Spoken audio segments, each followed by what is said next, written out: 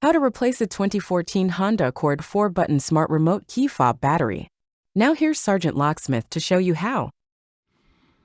Alright, let's go ahead and change our battery here out on our 4-button Honda remote. Please be careful with this remote. Them buttons do like to pop out if you do this procedure wrong.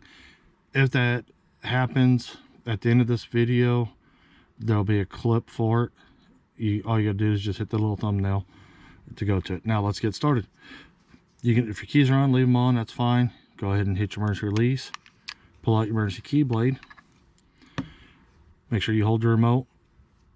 Take your emergency key blade, put it right in between here, and just twist it.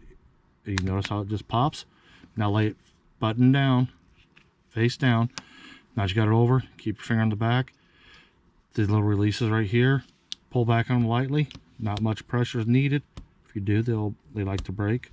So let's go ahead and do that real quick.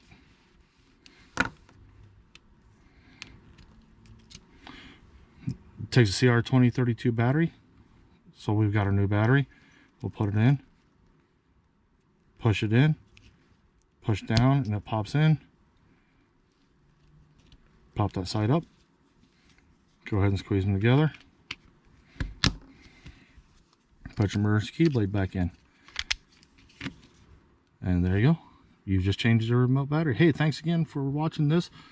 If you got any questions, comments, post them down below. Thanks again.